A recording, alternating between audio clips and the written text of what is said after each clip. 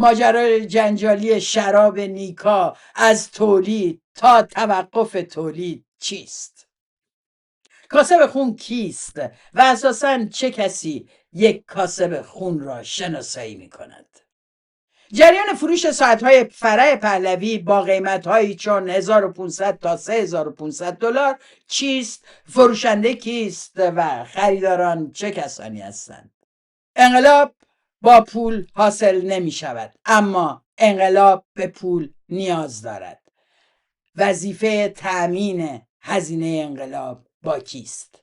شادی امین هستم و در برنامه ولتاژ این هفته سعی میکنم به این سوالات مشخص پاسخ بدم و به برخی دیگه از اقداماتی که برای فروش برخی از کالاها توسط برخی از کسان هم صورت گرفته بپردازم. حالا که حرف پول و تأمین مخارج و هزینه‌های فعالیت، دلم میخواد با اکراه ولی بار دیگه ازتون بخوام اگر هستن کسانی بین شما که میتونن کمک بکنن به تأمین هزینه‌های انتشار این برنامه از طریق ماهواره، لطفاً دکمه جوین رو همون پایین به معنی پیوستن بزنید. وارد یک صفحه میشین که میتونین انتخاب بکنین و مبلغی رو ماهانه برای تأمین هزینه‌های پخش ماهواره‌ای این برنامه پرداخت بکنید.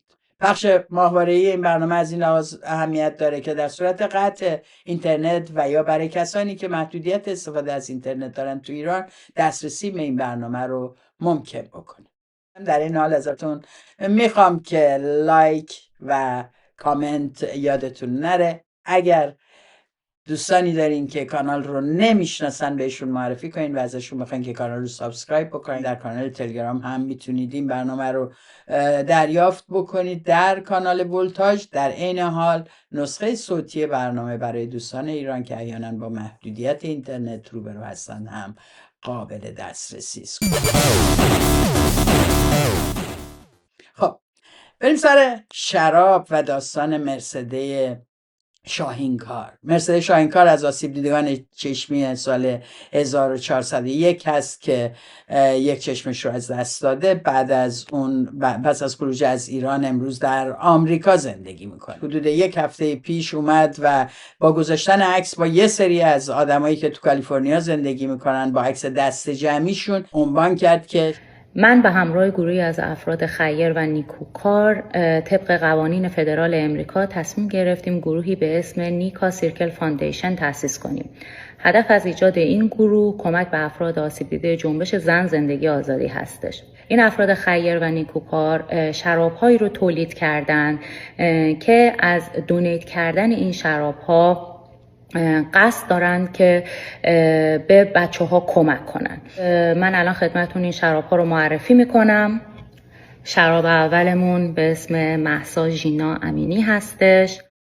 این امر با اعتراض خانواده ها روبرو شد، با اعتراض بسیاری از فعالین روبرو شد. به درستی. چرا میگم به درستی و چرا تفکیک میکنم بین شیوه های برخوردی که رخ داد؟ کسانی که او را کاسب خون نامیدن خیلی پرروان، بعضی یک هزینه ندادن تا به حال در رابطه مبارزه علیه جمهوری اسلامی. به کسی که ایستاده جلوشون هزینه داده و ممکنه تصمیم غلطی گرفته به این شکل وقیحانه میتازند. بعد از یه روز انقدر بهش حمله شد که فکر کرد اگه باشون هم حرف بزنه با این حمله کنندگان و فحاشان مجازی و سایبری های جمهوری اسلامی و سایبری های سلطنت طلب میتونه فضا رو آروم کنه. من توضیح داد من از دل بچه ها هستم، یعنی این که منم مثل خودشون هستم، هیچ فرقی ندارم باهاشون و فقط تنها وظیفم اینه که صداشون باشم و خیلی خوشحالم که تو این مسیرم.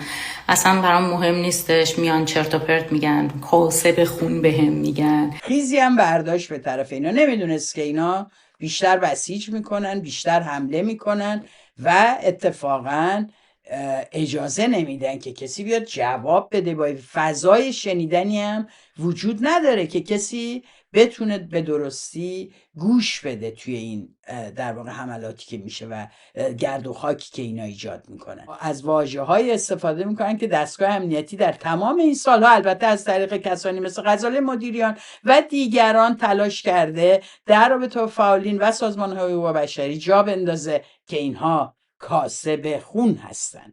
خون هم وقتی ازش اسم میارن یه خونی ریخته شده و اینا دارن اینجا کاسبی میکنن. اون خونی هم که ریخته شده جمهوری اسلامی اصلا نقشش راجبش بحث نمیشه، دعوا همش سر همین موضوعه. سوال اصلی که پیش میاد، آیا این اولین باره چنین اتفاقی میفته؟ آیا کسانی که اومدن گفتن که باید از خانواده ها اجازه می گرفت همه موضوع و مشکل رو گفتند؟ آیا اگر شراب نمی بود یا تیشرت می بود بهتر بود؟ آیا اگر جور دیگه اینها اطلاع رسانی می کردن و تبلیغاتشون رو حساب شده تر می کردن میتونست از این فضای تنش کاهش بده؟ اولا تا اونجا که معلومه اون کسایی که پشت قضیه هستن به طیف سلطنت طلبها خیلی نزدیکن. دیگه یه درجه تخفیف بدیم از ملیگراهای افراطی هن. برای نمونه خانم غزاله شارمهد که اونجا حضور داشتن، پدرشون توسط جمهوری اسلامی به قتل رسیده. البته پدرشون در سالهای آخر طبق ویدیوهایی که موجوده اعلام در واقع جدایی میکنه از سلطنت طلبان. شما جوری وانمود میکنین با این بیانات که این شازده بی ارزه تنها قطب و نماینده تمام مبارزین است، در صورتی که ایشون پسمانده ترین، عقب مونده ترین بخش از بین مخالفین هست، مبارز هم نیستن. اما خانم غزاله شارمهد کسی است که در کنفرانس مونیخ همکاری ملی در حضور شاهزاده رضا پهلوی سخنرانی میکنه. دقت کنینا. بعد شیوه فحاشی امثال سالومه و دیگران رو به این آدم ببینید. یعنی اینا رحم ندارن، خودی و ناخودی نمیشن. حتی گلسا قمری از طرفداران سلطنت که خیلی هم خوشحال بود ایمیلشو منتشر کرد، گفت منو دعوت کردن به کنفرانس مونیخ اما بهش اجازه صحبت ندادن و به جاش، البته نمیدونم به جاش یا به جای خودش، اما غزاله شارمهد تونست، دختر جمشید شارمهد، اتفاقا اونجا با نام پدرش به عنوان اینکه پدرش هم به قتل رسیده به عنوان فرزند او اونجا سخنرانی بکنه و گلسا قمری یه جایی گویا تو جمعیت بوده یا منصرف شده، وقتی دید نمیتونه حرف بزنه نیومده. اطلاعاتم دقیق در این رابطه نیست، علاقه هم بهش ندارم که دنبال کنم. اما اومد و عکس جمشید شارمهد و غزاله رو زد روی یک آفتابه و نوشت منم دارم برای تو اینو دارم تولید میکنم با عکس پدرت. یعنی دیگه بیشتر از این تلاش میتونست بکنه یکی تحقیر کنه یه آدمی و غیر انسانش کنه؟ این کار سلطنت طلباست. فرق نداره کجا باشن، فرق نداره زن باشن یا مرد باشن. این گلسا قمری نماینده پارلمان بود تو اونتاریو، البته اخراجش کردن به دلیل نقض قواعد حزبیشون. سلطنت طلبها از این ارزا نرن که بیان میگن این شیوه حرف زدن و این برخوردها ما بیرونت میکنیم. نه، چون همشون این کارن، فقط یه علنی یه غیر علنی از ملکه تا پایین شروع کردن فحاشی کردن. عده‌ای اما اعتراض درستی رو مطرح کردن. اومدن گفتن خب اگه کسی میخواد $50 بده، خب بده، کمک بده. میگه حتما باید روی شیشه شراب عکس نیکا رو ببره خونش بشینه بخوره. شاید هم کج سلیقگی کسانی که، البته نمیشد پیشنهاد دیگه هم بدن. اینا نمیشد مثلا عطر بیارن بفروشن یا گوشواره بیارن بفروشن، چون اون کسی که پیشنهاد رو آورده بود و اون کسانی که پشت این قضیه بودن صاحب یه باغ انگوره و شرابسازی، آقای متقیانه و خانومی که اون حلقه در واقع حلقه نیکا رو اونجا ثبت کردن. خب اینا این کارن، میان میگن ما شرابو میدیم، عکس نیکا هم میزنیم روش، شما هم برو تبلیغ کن، انقدرش مالیات ما لابد کم میشه، اونقدرش لابد میدیم بابت آسیب دیدگان، پول خوبی جمع میشه، چون ما میتونیم به شعبه‌هایی هم که شراب میفرستیم بفرستیم، اونجا هم مشتریای ایرانی عکس رو میبینن جذب میشن. ما نمیدونیم چه ایده‌ای پشت این بوده دقیقا و چگونه این ایده رو پروندن، ولی مشخصا با توجه به ذهنیتی که در جامعه هست و این محصول گره خوردنش با عکس کشته شدگان روی اونها قطعا نمیتونست به یک همدلی و دفاع عمومی بیانجامه. به نظر من هم تصمیم غلطی بود، به نظر من کالای غلطی بود برای اینکه بخوان پول جمع کنن و نوع بیان یا اطلاع رسانیش بسیار ضعیف و نادرست بود و مهمتر از همه آدم‌هایی که قرار بوده در این سودآوری سهم داشته باشن، ما نمیدونیم سهم بگیرند یا سهمی در اجرای این اقدامات داشته باشن، هیچ کدوم نیومدن و در موردش آشکار حرف نزدن. یعنی مشکل شفاف بودن دارن این آدما. این هم موضوعی است که در واقع تجربه‌ای است که مرسدس شاهینکار اگه صادقانه به این قضیه نگاه بکنه باید با خودش ببره. و البته فکر کنم هیچ کس به ذهنش نرسید شما به چه حقی روی یک مشروب الکلی که در خود خاک آمریکا از 21 سال میتونن بخرن، در کشورهای دیگه 18 سال، شما عکس یک دختر بچه رو چاپ میکنید. نیکا شاکرمی زمان به قتل رسیدنش 16 سال خورده ایش بوده و شما عکس رو میزنین قشنگ اون رو. اینکه آیا باید از خانواده ها اجازه گرفت یا نه، به نظر من مشکل رو حل نمیکنه، چون تو خود خانواده ها معلوم نیست کی صاحب بچه است. بعضیاشون هنوز به نتیجه نرسیدن. اما فقط این نیست که معلوم نیست کی بالاخره حق داره اجازه بده یا نده. بس بر سر اینه که پدر محسن شکاری که خودش اومد با تصویر خودش گفت من تیشرت محسن زدم، من ماگ محسن زدم، یعنی یه فنجون یا عکس محسن زدم، داشت پول میگرفت بابتش. آیا حق داره بکنه یا حق نداره؟ انقدر به اونم حمله کردن که جمع کرد و دیگه ادامه نداد. و یک نفر به فکرش رسید که شاید محسن شکاری داشته خرج خانواده رو میداده و الان اون خانواده لنگه و شما دیدین تصاویرشون که خانواده ای نیستن که از لحاظ مالی مشکلی نداشته باشن و اگه اینجوری میتونه جبران کنه، در عین حال تصویر رو یاد محسن رو به هر خونه ای میفرسته، چه اشکالی داره؟ بعد اینجا فکر میکنم که پس مشکل اجازه خانواده و غیره نیست، چون اون که خود خانواده بود در داخل ایران، شرابم نزده بود، تیشرت زده بود و فنجون با عکس محسن پسرش. از اون ور در حملاتی که به مرسدس شاهینکار شده، برخیش امثال البته غزال مدیریان و کلا دستگاه سایبری و دستگاه اطلاعات امنیتی جمهوری اسلامی تو اینجور مواقع با حادترین حملات وارد میشن، یعنی دائم بنزین میریزن توی آتیش ماجرا. و خب اگر شما پستای غزال مدیریان رو بخونین، دعوت به شکایت کرده، توضیح داده تو چه موردایی شکایت بکنید، چگونه برید با رسانه حرف بزنید، چگونه بیانیه بدید علیه اینا که هیچ بیانیه علیه هیچ اعدام و حکم اعدامی جمع نمی کنن. اینجور موقعی که میرسه تیم پشتش شروع میکنن راهنمود دادن و اونجا در واقع ببینید چه واژه‌ای رو برای مرسدس شاهینکار استفاده میکنه و اون رو متهم میکنه که مهر حقوق بشری روی بیزینس یکی دیگه میزنه. مرسدس شاهینکار 2 جایزه حقوق بشری برده بود از طرف نهادهای مختلف و ایشون میگه که 2 جایزه بیخاصیت برای ما ولی پرسود برای مرسدس شاهینکار. یعنی این آدم حتی کسی رو که چشمش رو از دست داده در مبارزه علیه جمهوری اسلامی، یا اینجوری بگیم اصلا چشمش رو از دست داده به خاطر جنایت جمهوری اسلامی، لازم نیست قهرمان ازش بسازین ولی دردش رو به رسمیت بشناسین. حتی اونم نمیپذیرن. متاسفانه میبینیم که خانواده هم برای اینکه اون دقت پرسشگری که گفتم و نشون نمیدن، چیکار میکنن؟ دنبال کسایی مثل غزاله مدیریان میفتن. خب برید، من راجبش حرف زدم، تو کانال تلگرام ولتاژ هست، ببینید سابقه این آدم چیه، چگونه در خدمت دستگاه امنیتی زبان باز کرده علیه فعالین در داخل و خارج از کشور.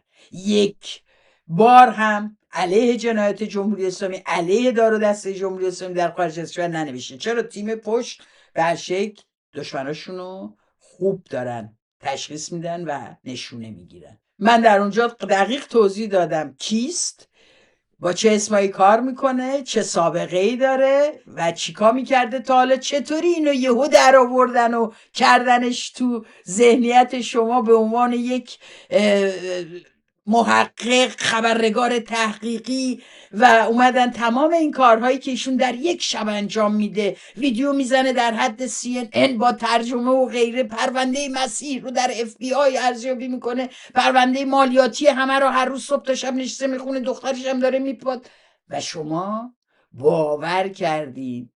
والا یکی میخواست روزی 8 ساعت کار کنه، نه اینکه توانایی مال خودش نیست، اگه مال خودش بود من این حرفا رو نمیزدم. آدمی که تو عمرش، یعنی اصلا اومده وارد فضای سیاسی شده در دشمنی با فعالین خارج از کشور. میگه خودش کسی که با تنفر به فعالین اومده وارد فضای اجتماعی شده، ما تازه نمیدونیم پشت چه پیشنهادهای خوبی هم داشته، خودش باید یه موقعی ما برسیم به اسناد بهش و نشون خواهیم داد. امروز شواهد کافی داریم. غزاله مدیریان میاد فحاشی میکنه به مرسد شاهینکار و با زبان همیشگی که داره، زبان دستگاه امنیتی علیه سازمان‌های حقوق بشری، علیه فعالین در خارج از کشور، تحت عنوان کاسب خون شروع به حمله میکنه. ببینید وقتی خانواده ها میان اینو بازنشر میکنن، کسی که همه رو پروژه میدونه یک بار علیه جمهوری اسلامی حرف نزده و اگر زده در حد نمایش ضدیت با جمهوری اسلامی بوده. برید ببینید آخه کیان اینو شما بازنشر میکنین فقط به صرف این که اومده دو تا سند این در فلان تاریخ ثبت شد، اون یکی در شما لازم، شما زبان خودتون رو باید داشته باشین. خانواده‌ای که این کارو کردین، توییت سعید افکاری و متاسفانه برادر نوید افکاری مدت طولانی بعد از اینکه به دادگاه آبان فحش داد و به دیگران فحش داد تعطیل کرده بود، الان دوباره اومده داره به مرسد شاهینکار فحش میده. وقتی سعید افکاری میگه، بذارین جمله‌شو از رو متن خودش بخونم که توی توییتر سابق زده، میگه که این خط و این نشان ما اجازه نمیدهیم خون بچه‌های ما بشود ابزار بیزینس شما. فکر کنین اینو خطاب به مرسد شاهینکار. اما ادامه میده، همانطور که مقابل جمهوری اسلامی ایستادیم، همانطور که خون دل خوردیم تا خون ریخته پاره تنمان خوراک کاسبان اتو کشیده مدعی حقوق بشر نشود، مقابل شما هم میایستیم. این جمله تنها میتونه به مذاق دستگاه سرکوب خوش بیاد، چون یه عده اینجا اعلام آمادگی کردن که ما علیه شما میستیم، تضعیفتون میکنیم، تخریبتون میکنیم. کسایی که بخشن دارن تلاش میکنن با تمام مشکلاتی که هست بتونن کمکی به این جنبش بکنن. وقتی میگم با زبان خودتون باید حرف بزنین، یعنی اون گفتمانی که جمهوری اسلامی در تمام این سالها سعی کرد تو خانواده‌های دهه دیگه هم اینو پیش ببره، موفق نبوده ها، ولی دوره اخیر به نظر میاد این گفتمان به نوعی در برخی از خانواده‌ها درونی شده که هر کس حرف بزنه راجع به عزیزای ما و کشته شده‌های ما یک منافعی داره و اونم منافع مالیه. همه کاسبن. این موضوع که شما یک اشتباهی رو، خطایی رو یا کار غلطی رو میبینید، چگونه باهاش برخورد میکنین؟ چگونه اول پشت صحنه تماساتون رو میگیرین و سعی میکنین موضوعات رو حل کنین؟ چگونه بعدن این رو وقتی حل نمیشه میارین و تو فضای اجتماعی پروسه رو توضیح میدین؟ هیچ کدوم از این اتفاقا رو ما نمیبینیم و بلا فاصله هر کسی که آستینی بالا زده، جمهوری اسلامی تونسته تو این سالها به اسم خانواده، به اسم مخالفینش، به اسم تحلیلگر بیاره و یه عده رو در واقع تحریک بکنه برای تخریب اون عده. این مسئله است. تغییر این گفتمان، تغییر این ذهنیت، این کارهای دست جمعی که تحت عنوان دفاع از حیثیت عزیزانتون پیش میره، در وهله اول داره دامن میزنه به اون گفتمان کاسه خون و بست دادنش به همه فعالی. من فکر میکنم، من مرسد شاه این کار رو نمیشناسم، از انگیزه هاشم مطلع نیستم، ولی همین که اومد و پس از انتقادایی که دید بعضیش درسته، بعضیش با زبان عقل و با مهربانی داره طرح میشه، خب پاسخ داد، گفت من پس میگیرم، من اشتباه کردم، این کار سنجیده‌ای نبود و دوستانی که منو میشناسن میدونن که هیچ نیت سوی پشت این اقدام من نبوده و واقعا میخواستم پول جمع کنم برای آسیب دیدگان در ایران. من نمیدونم چقدر ممکنه امثال مرسده با چنین تصمیم‌های خطایی وقتی با چنین وقاحتی از سوی برخی روبرو میشن و مورد حمله قرار میگیرن، چقدر همچنان میتونه انگیزه حرکت برای دورهای بعدی با تصمیمات بهتر و اصولی‌تر براشون باقی بمونه. ولی من امیدوارم درس بگیرن از این مناسبات. کیا دارن چگونه اقدام میکنن و کیا رو جلو میفرستن و بعد دوستا و همپالگی های خود اونا به این آدم ها حمله میکنن. در کالیفرنیا همه شما میدونین عده زیادی از ایرانیان مشغول کسب و کار هستن، از جمله کسب و کار شراب و تاکستان و داشتن باغ‌های این چنینی. برخیشون خیلی هم بزرگ و عظیمه، شراب شیراز تولید میکنن، انواع شراب‌ها با انواع عکس‌ها و آرما میفروشن. من تصورم اینه آن کسی که این پیشنهادو داده قطعاً قصد بیزینس داشته، برای اینکه شما بالاخره وقتی داری بیزینس میکنی فکر سود خودت هم هستی دیگه، از در راه خدا که نمیکنی. اگه بخوای در راه خدا بدی لازم نری اصلا اونو تولید کنی، خب یه سهمی از سودت رو میدی به اونا دیگه، نیازی اصلا به این فروش این شیشه ها نیست با اون ثروت هایی که شما دارین. در همون مهمونی از هر کدوم نفری $2000 $5000 میگرفتن، مشکل تا یه حدی حل شده بود، لازم نبود یه چیزی نزدیک 2000 تا از این شرابا بفروشن تا اون پول در بیاد. البته احسان کرمی هم پشت این قضیه در تصویر به چشم میخوره، همون کسی که کمپین وکالت به شاهزاده رو راه انداخت. یعنی ببینید چقدر اتفاقا سهمخوری و سهمبری و بیزینس کار ایناست.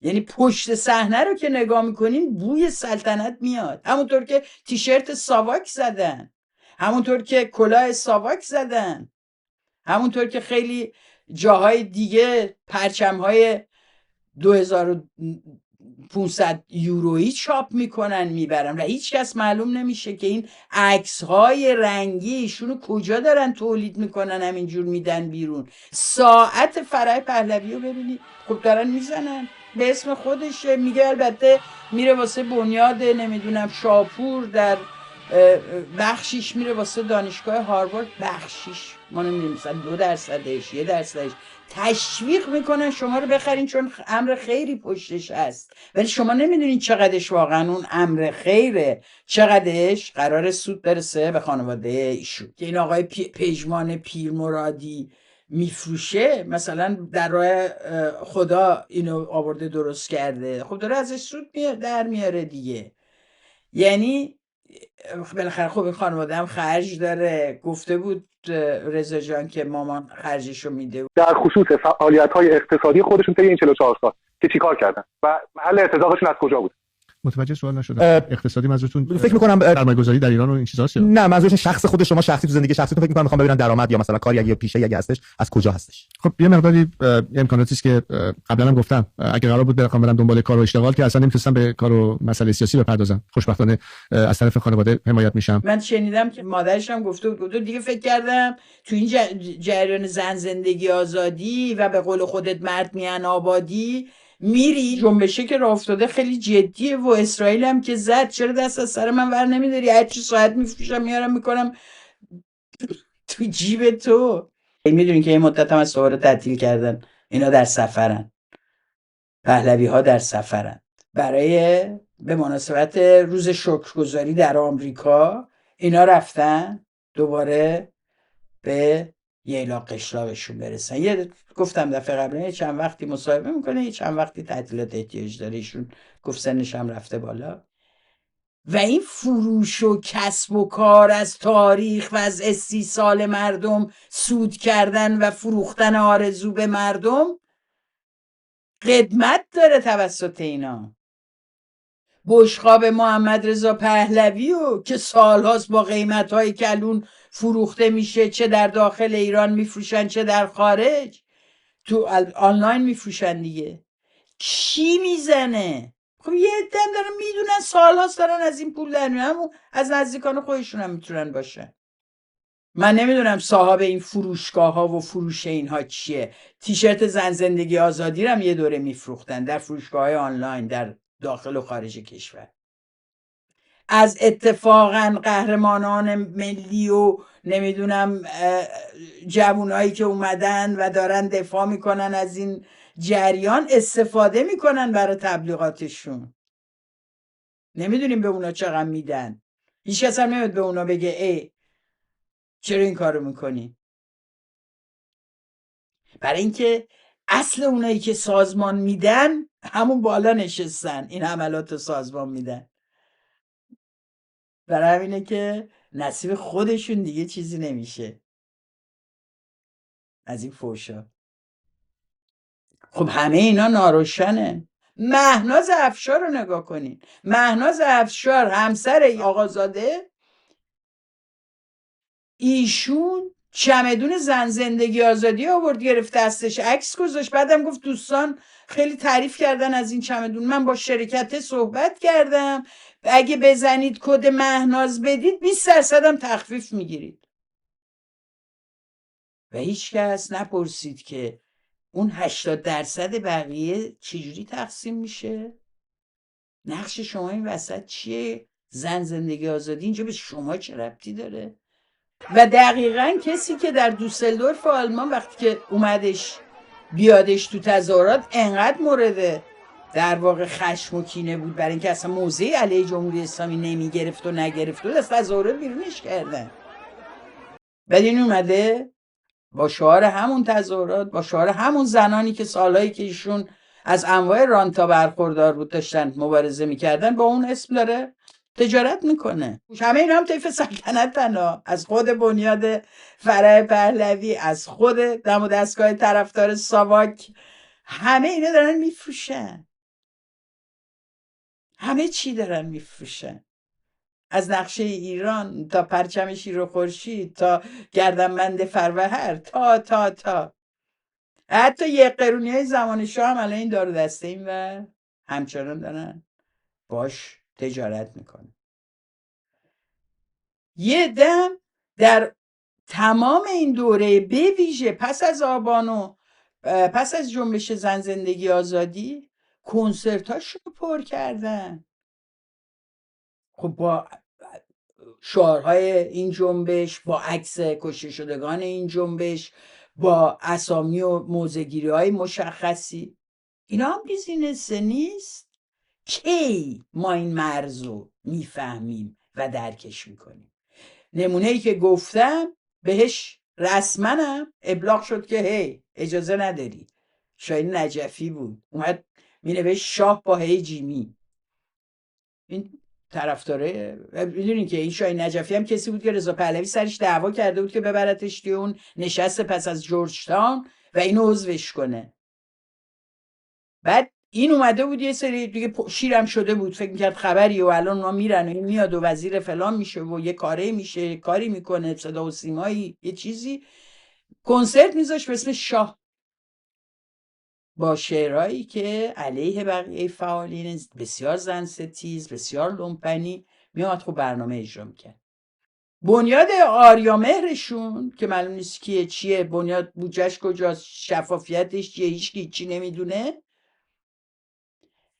بنیاد آریامهرشون یه نامه رسمی داد، گفت اسم شاه یک بعضی از اولا هموطنان ناراحت شدن، شما در این جشن‌ها و پارتی‌های شبانه از اسمی با عظمت و با شکوه شاهنشاه که اسم خاص و ویژه و ملی است و میراث ملی است و پاسداری از آن بر عهده ماست. میراث ملی ولی فقط مال اوناست، اونا حق دارن ازش استفاده کنن. و واژه شاه گره خورده با محمد رضا شاه، اجازه نری استفاده کنین. شاهین نجفی هم محل نداد بهشون، حتی جواب بیرونی نداد بگه من میپذیرم یا نمیپذیرم. و در ادامه کنسرتاش هم همون آهنگو خوند.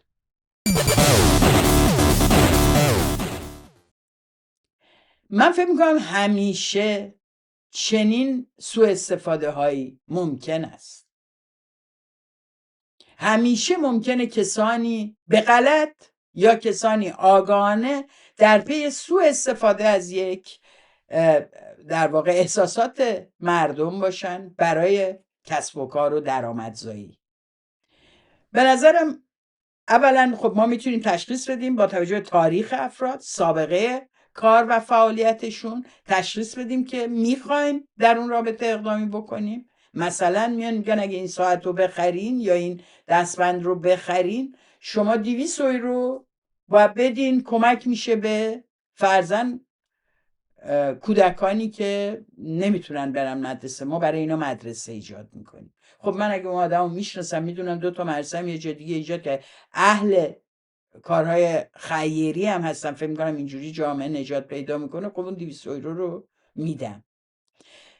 به ویژه زمانی خرید این کالاهایی که نام ملی و شعارهای سیاسی و احساسات آزادی خانه ما رو در بر دارن، زمانی اهمیت پیدا میکنه که گفته نشه که این پول این یه بیزینسه، ما اینو داریم میفروشیم، میخوای بخر میخوای نخر.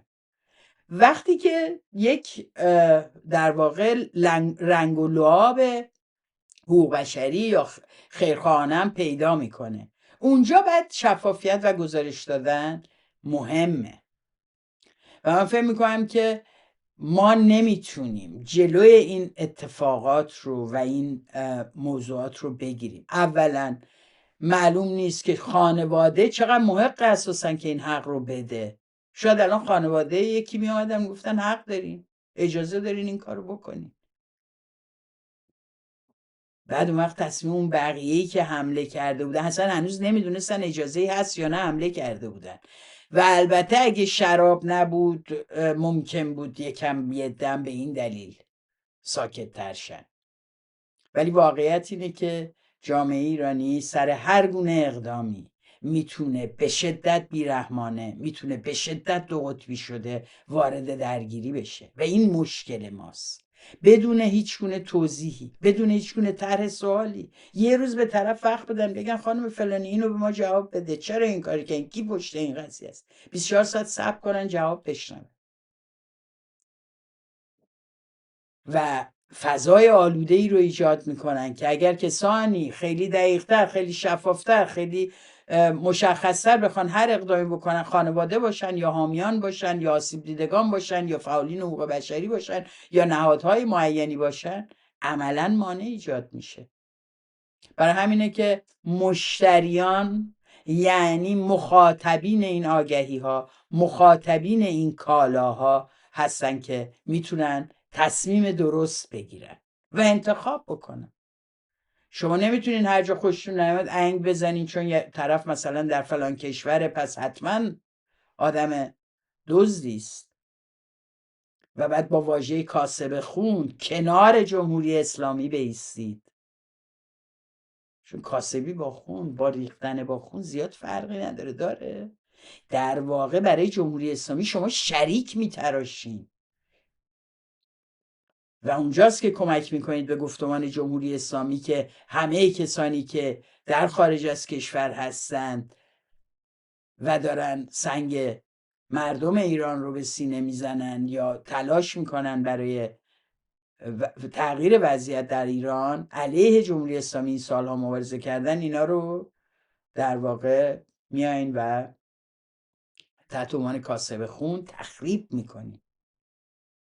به نظرم کاری که مرسده شاهین کار کرد یعنی عذرخواهی و کنار گذاشتن این بیزینس هرچه بود و با هر چقدر ضرر همراه بود و از اون سود صرف نظر کردن و شیوه های دیگه ای رو من امیدوارم برای تأمین این مخارج و هزینه ها پیدا بکنن، اقدام بسیار درستی بود و من امیدوارم که درسی باشه برای بقیه. در عین حال فحاشان رو شناسایی بکنید دور و بر خودتون و بدونید کیا هستن که چطور تحت عنوان خیلی رادیکال دقیقاً حرفای جمهوری اسلامی رو تکرار میکنن و ببینید چه کسانی با زبان سالم، با نیت ساختن به مرسده شاهینکار نقد کردن و شاید باهاش صحبت کردن کسانی که بهش نزدیکتر بودن و هم متوجه این خطا شد و اومد و عذرخواهی کرد. در واقع تصویر اون چند روز اولی که به خصوص مرسده شاهینکار مورد این هجمه وسیع قرار گرفته بود، من فکرم خیلی از اون کسایی که تو اون عکس اون کنارا وایسادن و قشنگ خودشونو کشیدن کنار. مرسده شاهینکار باید بفهمه که اونا رفیقاش نیستن، اونا اتفاقا به قصد بیزینس اومده بودن و الا اگر قصد خیریه بود دوباره باید عکس جمعی میگرفتن و میگفتن ما همگی اشتباه کردیم. برای اینکه این فقط تصمیم مرسده نبوده، مرسده تشویق شده، پیشنهاد از سوی کسانی اومده. اون باید از جایگاه خودش میتونه عذرخواهی کنه، ولی اون بقیه هیچ کدوم در این قضیه نقش نداشتن.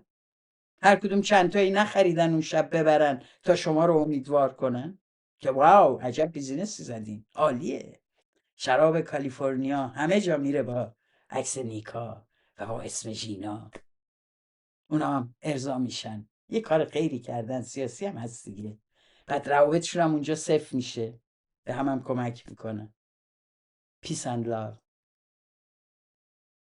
این جماعت کل اون سیرکل یا حلقه نیکا، منم همچنین این سیرکل و اینا دارن دائما هم از در شهرهای مختلف با همین اسم دارن تشکل میزنن، همشون مسئول و پاسخگو راجع به این قضیه، در حدی که لااقل مرسده رو تنها نذارن.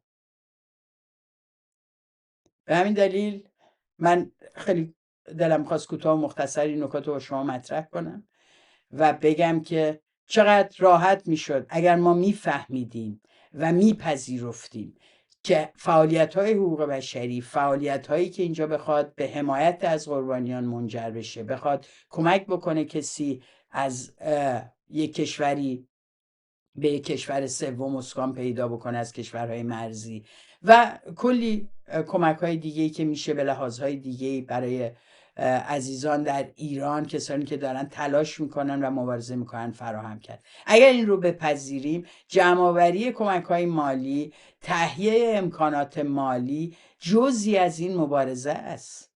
شما نمیشه که جمهوری اسلامی حق داشته باشه از طریق مساجد و پولهای مفتش دانشگاه‌های غرب رو داره روشون اعمال اتوریته معنوی و تصمیم گیری میکنه، فاند میده به همه اینا، بعد دائم داره تبلیغ میکنه فاند بده نذارید کسی فاند بگیره. تشکل‌های حقوق بشری که علیه من میجنگن همشون فاندی باندی کاسبان خون و یه دم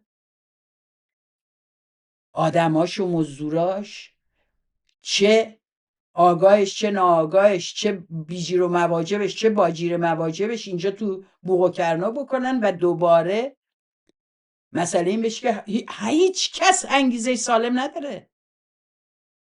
آدمایی که خودشون 8 سال 10 سال زندان بودن به صرف این که با یه تشکلی کار میکردن که بودجه میگرفته دارن مورد اتهام قرار میگیرن که اصلا انگیزش زیر سواله. اینا کیه؟ اینا پول میخوان درن. این سوال رو باید تو ذهنتون حل کنین و الا جنبش‌های اجتماعی نمیتونن از فضاهای اطرافشون تغذیه بشن. در دوره‌های دوستان عزیز که ما کار میکردیم تو دهه 60 و پس از اون که ارتباطات با ایران هم بسیار سخت بود، ارتباط با خانواده ها بسیار از طرق دوستی بود، امکان گزارش‌دهی های شفاف به بیرون وجود نداشت، بر اساس اعتماد و صرفاً اعتمادی که واقعی بود. پولهایی جمع میشد برای زلزله زدگان، برای سیل زدگان، برای خانواده‌های زندانیان سیاسی و برای ساختن مدرسه، همه این اقدامات دستی اینجا پولا جمع میشد و ارسال میشد به ایران از طریق یه آدم معتبری در داخل. هیچ وقتم حرف و حدیثی دورش در نیومد، برای اینکه کار درست انجام میشد، نتیجه رو میدیدیم.